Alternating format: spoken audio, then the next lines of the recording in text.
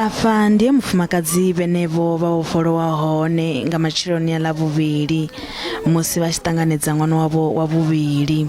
Kiliniki yeneyi ndi ine ya vha vhukule ha kilomithara dza 4 ubva hayani ha havho. Mme a Vho-Thandi vha ri ṅwana wavho na vhuholefhali ha u sa pfa. Tshielwa tshihulwane tsha mukegulu avha ndi uri kiliniki iyi i dzhielwe vhukando ha mulayo.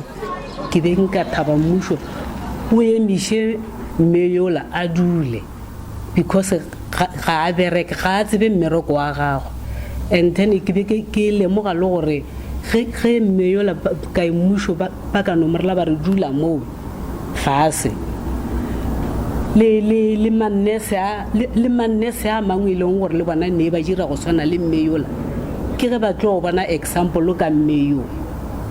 Vho Gladys Mokgotho ba shuma u rengisa magwinya phanda kiliniki ya Burgersfort nga matsheloni a lavhuvhili ndiye vha ḓiwana vho dzhena mabutsuni a u vha muongi nga murahu musi vha tshi thusa Vho Phasha uri vha vhofholowe vha kone u ṱanganedza ṅwana wavho fhano shangoni. Vha ri zwe vha gudiswa nga makhulu wavho miṅwahani ya murahu zwo thusa vhukuma kha nyimele yeneyo. Vhili la mathomo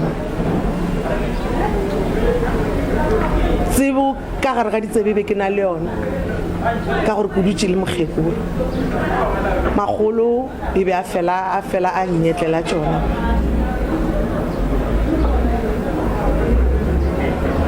gore ge mosadi a le seemong se se so o ka dira ka mogolo o ka direla ka mogolo. Vhadzulapo vha ri a si mafhungo maswa u sa wana tshumelo ya khwine kiliniki iyi hone vha ri i tou vha na bvumo ḽa zwezwo. Vha muhasho wa mutakalo vunduni ḽa Limpopo vha ri vho no khunyeledza ṱhoḓisiso dzavho dza u ranga nahone ṱhoḓisiso dza luṱa lwa vhuvhili dzo no ḓi takutshedza. Unfortunately, the Burgersfort clinic does not operate 24 hours, and when she arrived there, she found that the clinic is not yet open because it would only open at 7 o'clock.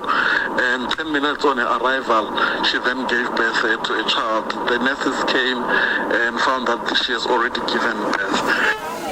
Muvhigo wa u fhedzisela malugana na vhuḓilangi ha vhaongi kiliniki yeneyo hu khou pfi vhu ḓo ḓivhadzwa hu si kale. Mme na ṅwana vhone vha khou sumbedzisa uri vha khou wana dzilafho vhuongeloni.